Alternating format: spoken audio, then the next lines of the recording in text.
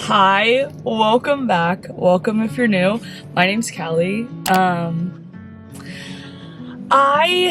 We are in my car, okay? I don't think we've ever like sat down and had a conversation in my car. Besides like when we've been like driving and my camera has like gone over here and gone over there and gone over here. I am in my car today because I want to talk about something that's like very genuine, very close to my heart, very real for a lot of people.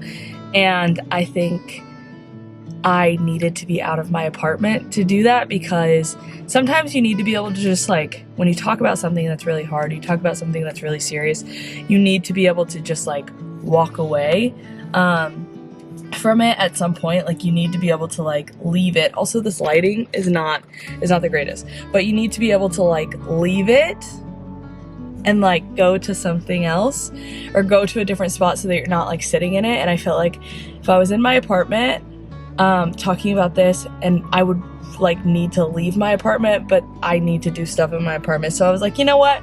We'll just go to the car. Okay? So we went to the car. Here's the thing.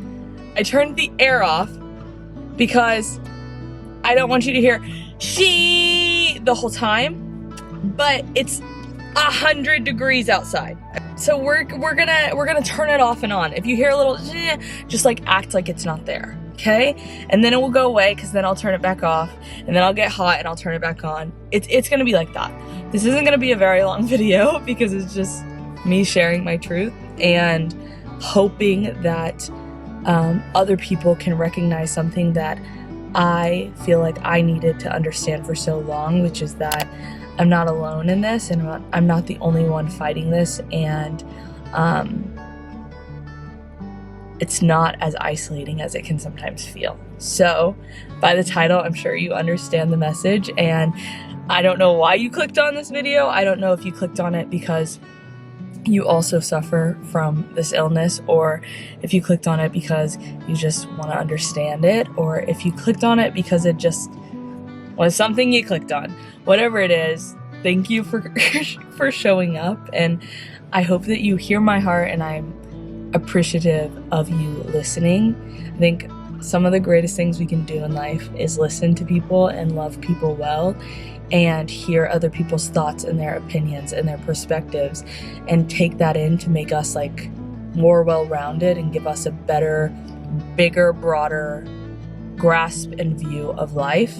So if you don't know, I have been battling Lyme disease for genuinely the greater portion of my life. I got diagnosed at 17. No, I was 18. I got diagnosed in 2017, and it was the day before I started college. I remember like being so relieved that I finally had an answer.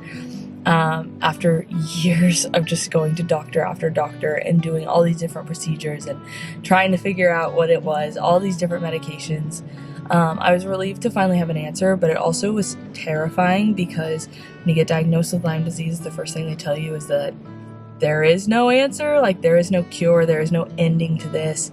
You could suffer with these symptoms for the rest of your life.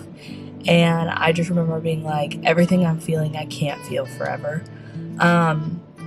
They traced it back to when I was like 5 years old, but they also found out after, we've done every test you could possibly think of, that I was born with an autoimmune disorder that wasn't caught. I didn't have proper function of my kidneys, and there just was a lot that was going on in my body that they didn't recognize when I came into this earth. So when I contracted the Lyme disease and the Borrelia and all the bacteria. Okay, I turned the air up a little bit for a second, but if you're new here, you might be surprised by this, but nobody else will. My camera died. Or not my camera died, my camera ran out of storage. Anyways, so I came into this earth with parts that weren't properly functioning, and as time went on and when I contracted it, it essentially just skyrocketed. But when I was that age, when I was 5 years old, I had no idea, nor did anybody in my family know what in the world Lyme disease was, or it just wasn't as well talked about. It wasn't really like you know, nobody was like talking about it. Nobody was really treating it. Like it was more so a something that it's like, if you got bit by a tick and you got like the bullet, the target, all of that, you go in, you get an antibiotic. But because I had the tick embedded in the back of my neck, it was something that wasn't like, my mom didn't know to automatically assume that because she found the tick embedded in my neck, that there was a chance that I now was going to carry a bacteria that was going to walk with me for the rest of my life or affect me for the rest of my life. When they found the tick, it was literally, I have a lot of hair, and it was literally embedded in the back of my neck. And my mom was brushing my hair one time and was like, what in the world? And that's when she found it. But again, this wasn't something that was super talked about. It wasn't really like out there. There wasn't a lot of information around it. So my mom didn't really think anything of it. I eventually, you can see in pictures that I start to get sicker, and different things start to happen. Like I become like much more easily, prone to sickness, and started missing school a lot more, started dealing with aches and pains, my stomach started to get really distended, my immune system became so low that it was to the point that somebody else would like get like a little cold and I would end up like intensely sick, like hospital, antibiotics, like I was in bed for 3 days or 4 days or a week. I was out of school. It just like was so intense, and we didn't know what it was, and we didn't know obviously to think that that's what it could be. But I've now been dealing with Lyme disease. I'm now 22 years old. I've done every treatment you can think of. I've tried everything. I have gone on every protocol, every major diet, seen a lot of really incredible doctors. And the thing that I've realized with Lyme disease is it is not one size fits all. It is so specific to each person. It's so individualized, and every single person that has it is going to deal with a different symptom. And I think that is what was like insane to me, was to think that that could really be true. Like, you know, there's so many other diseases out there that you know the basic symptoms and you know what it is, and doctors know how to treat it. With this, it's like some person could deal with severe like reactions from the nervous system, and they could deal with tremors, and they could deal with hives, they could deal with tingling and numbness and pain, they could deal with the inability to use their arms and stuff like that. And somebody else could just have flu-like symptoms. They could just have a headache and fatigue and aches and joint pain and stuff like that. And so it's really insane to me, because it's so hard to pinpoint, and it's so hard when you're walking through it and you don't know other people struggling with it. It makes you feel like you're insane. And when doctor after doctor is telling you you're freaking crazy, then you're like, for me, my story was different, and it wasn't as much doctors telling me like I know a lot of people that doctors are telling them you're crazy, it's all in your head, all this different stuff. But for me, it was more doctors were like, okay, this is not right, and this is not right, and this is not right, but we don't know why it's not right, and we don't know, we're giving you everything we would give someone normal. But because I had so many things fighting against my body and so many things going wrong in my body, it wasn't just one thing where you could just pinpoint it. Doctors were like, okay, we put you on this and this flares up, we put you on this and this flares up, we put you on this and this flares up. So it just is like, it just feels like a never-ending process. So I just want to tell you, if you're struggling with chronic illness in any way, shape, or form, if you're struggling with Lyme disease or anything that's they've put under the chronic illness category, if you struggle with illness in general, fatigue, if you struggle with mental health, whether that be anxiety or depression, ADHD, bipolar disorder, whatever it is, my heart goes to you. I understand what it feels like to feel out of control of your body and feel like your body, you wake up every day and your body is fighting you, and your body is doing the opposite of what you want to be able to do.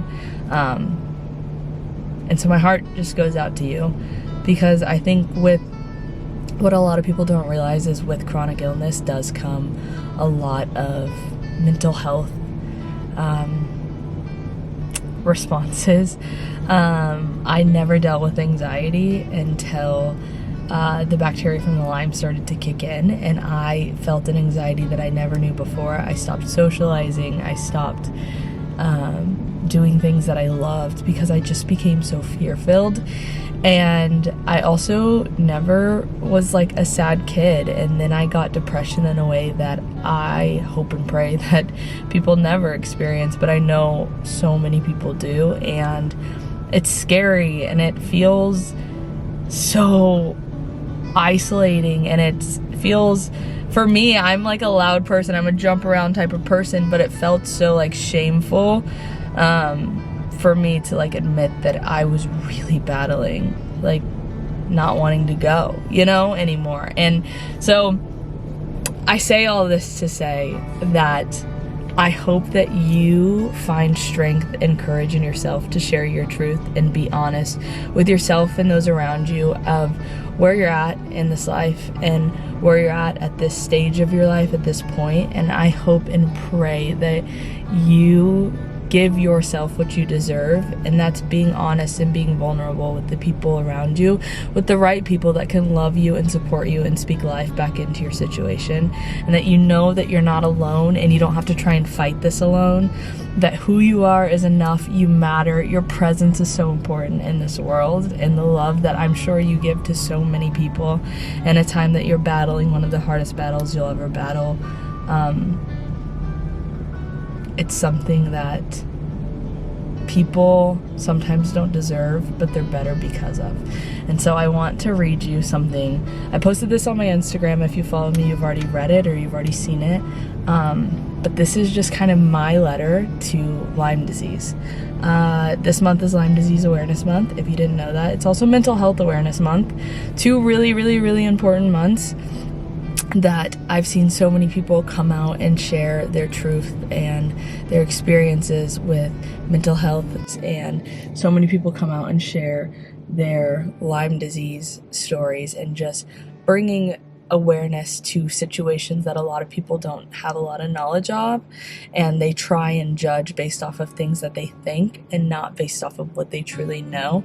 A lot of people who don't experience these things don't understand the magnitude of them, and so I just want to add to that and just share a little bit of my truth with you, whether you resonate with this or you don't at all, and you're just trying to better understand a lot of more people around you than I think you would think. You would be surprised at how many people are battling chronic illness or mental health disorders, and I just pray that if you don't battle those, you count your blessings and you open your heart to really stand in the gap for those around you, and really sit down with those around you that are and ask them how they are, and walk with them in whatever way it is. Sometimes they don't need to talk about it. They just need somebody to sit there and know that they're supported and they're held and they're known and they're seen. And so I pray that if you're the person that needs to receive that you go out and you share your truth, and people come in and they show up for you in the way that you needed like never before. And if you're the person that just needs to be someone that shows up for someone, if you know someone, reach out to them, ask them how they are. If they disappear, I promise you it's not just because they're being selfish and they don't want to talk to you. It's because something's going on that they're fighting, and they may not want to talk about it. They may not know how to bring it up. So be the friend that shows up, be the friend that brings it up, be the friend that pushes on the door, because you don't know whose life it could save or whose life it could change. So I'm going to give you my note, and it goes like this. Dear Lyme disease, you've tried your best to take everything from me. My peace, my joy, my strength, my mind, my body, my hobbies, my freedom, everything you could think of, you came after. Sometimes I think you think you've won. Like the time I gave up basketball because my body just couldn't handle anymore. Or the time I stopped socializing because the anxiety was too much for my body to take on. The time I laid in bed, unable to move for months because the pain and sadness felt far too great to handle. You even tried to take over my entire college experience. Bed by 9 p.m. or not getting up for 8 a.m. the next day. Missing 8 a.m.s day after day. crying to my professors because I didn't know what was going on or why my body was giving up on me so easily, spending so much of my life hiding because I never wanted to be labeled as the sick kid, forcing my body to trick itself into having energy and strength that I know it never did, but I so badly needed it to. Summer after summer was spent in a different state, a different doctor's office, doing a different treatment. Seasons that should have been filled with so much peace and freedom, running around making mistakes, staying out a little too late, waking up the next morning with lifelong joy-filled memories about the night before. That wasn't my story, though. My mornings instead were filled with fear, uncertainty, confusion, anger, and a deep, dark sadness that to this day I can't describe or even fully understand. My mornings have been filled with pain and strict routines, convincing myself that today can be better, that I will make it through the day, I just have to get up. I can do it. Callie, get up. You can do this. The hardest days are the days I just don't believe it. The days where getting up and going to the bathroom or walking to the fridge to get a juice, fresh pressed of course, and known to make me feel better, feels like a task way too big for me to conquer. So I lay in bed, give myself about 30 minutes, cry it out, and I get back up.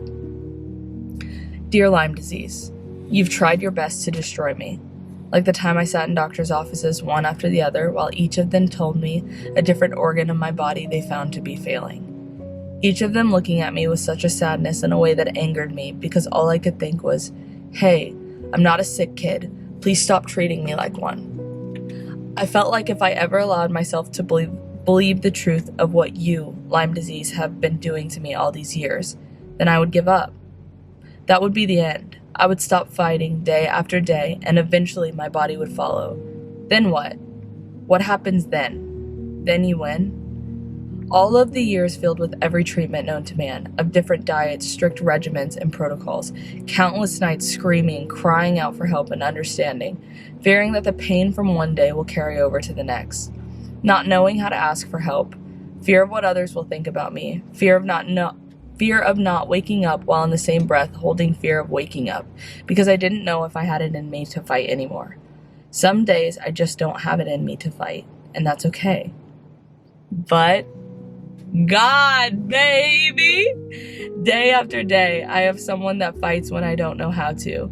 Oh, Lyme disease, I may not understand why you became such a thorn in my side, why you chose to target and attack me for so long, but one thing I need you to understand is that you don't get to win.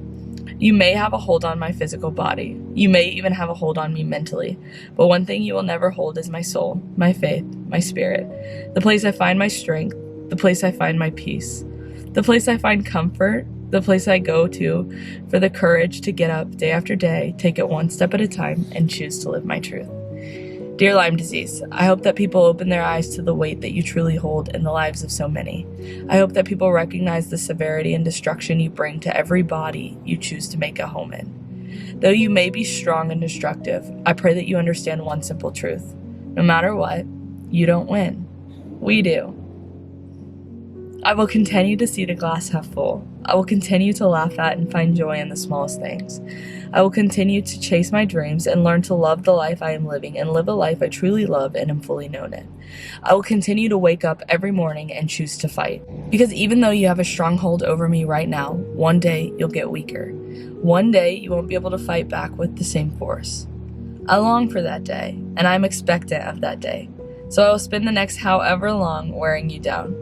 You may put up a good fight, but I promise you, mine will be so much better. So here's to fighting. I hope you've got a good trainer. I promise you, you'll need it. So that is my truth. That's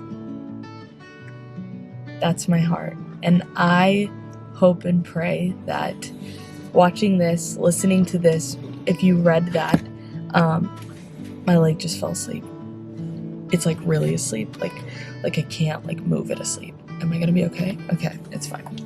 I hope and pray that reading that, listening to that, hearing that, sets a fire in you to go out there and share your truth, whatever it may be. I hope and pray that no matter what, you don't try and compare your truth to somebody else's. You don't try and compare your story, your trauma, your pain to someone else's in a way that makes you feel like somebody else's truth is bigger or more important or worse than yours, so there's no room for yours, because your truth is your truth. It's what you've walked through. It's how you've walked through it. It's your story, and nobody can tell you how to feel about it.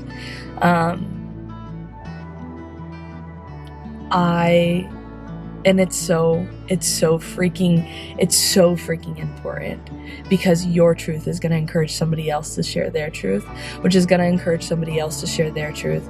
And that's just going to keep trickling down. And we're going to live in this world, in this place, in these communities with people that are raw and honest, vulnerable and authentic about who they are and what's going on in their life in these times. And we're going to get past this place of feeling so isolated and alone, and like we have to fight by ourselves, and we have to figure things out, and we have to live in this shame-filled bubble because we feel like people aren't going to understand.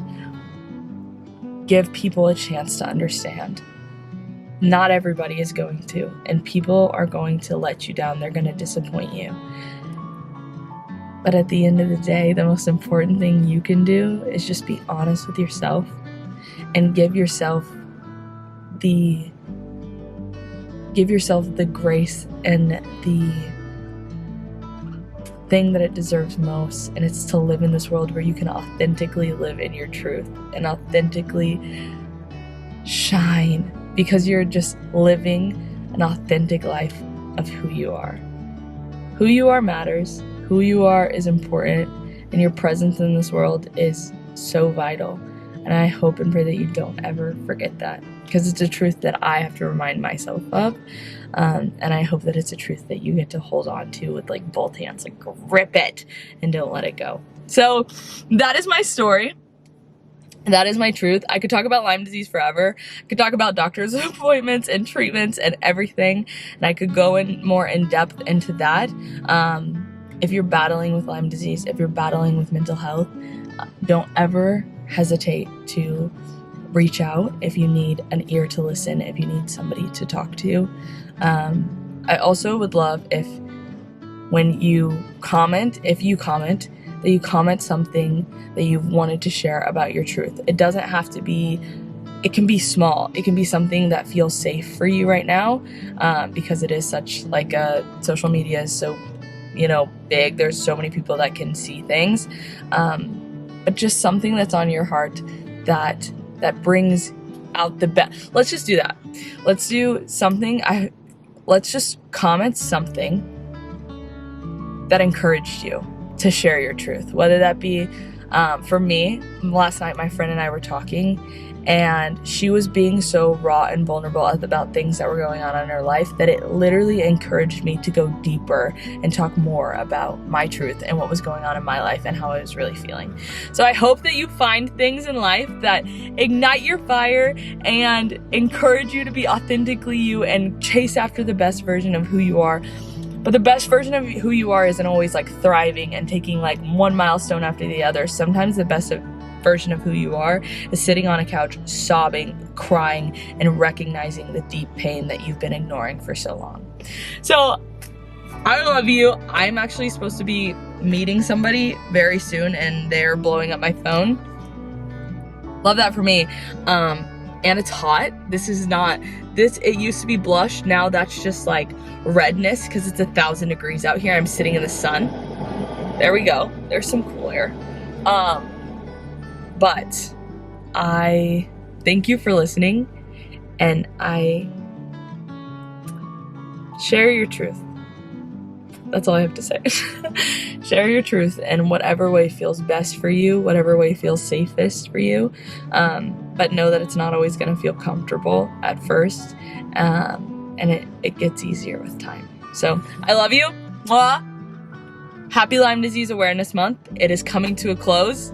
Tomorrow is the last day. Happy Mental Health Awareness Month. Tomorrow is the last day. But please don't stop sharing everything that you can about the raw, honest truth about chronic illnesses that you're dealing with, mental health that you're dealing with, so that we can spread it out more and people can get a better understanding. It's not just bound to sharing it for the month of May. I hope that you continue to share it far past that. So I love you.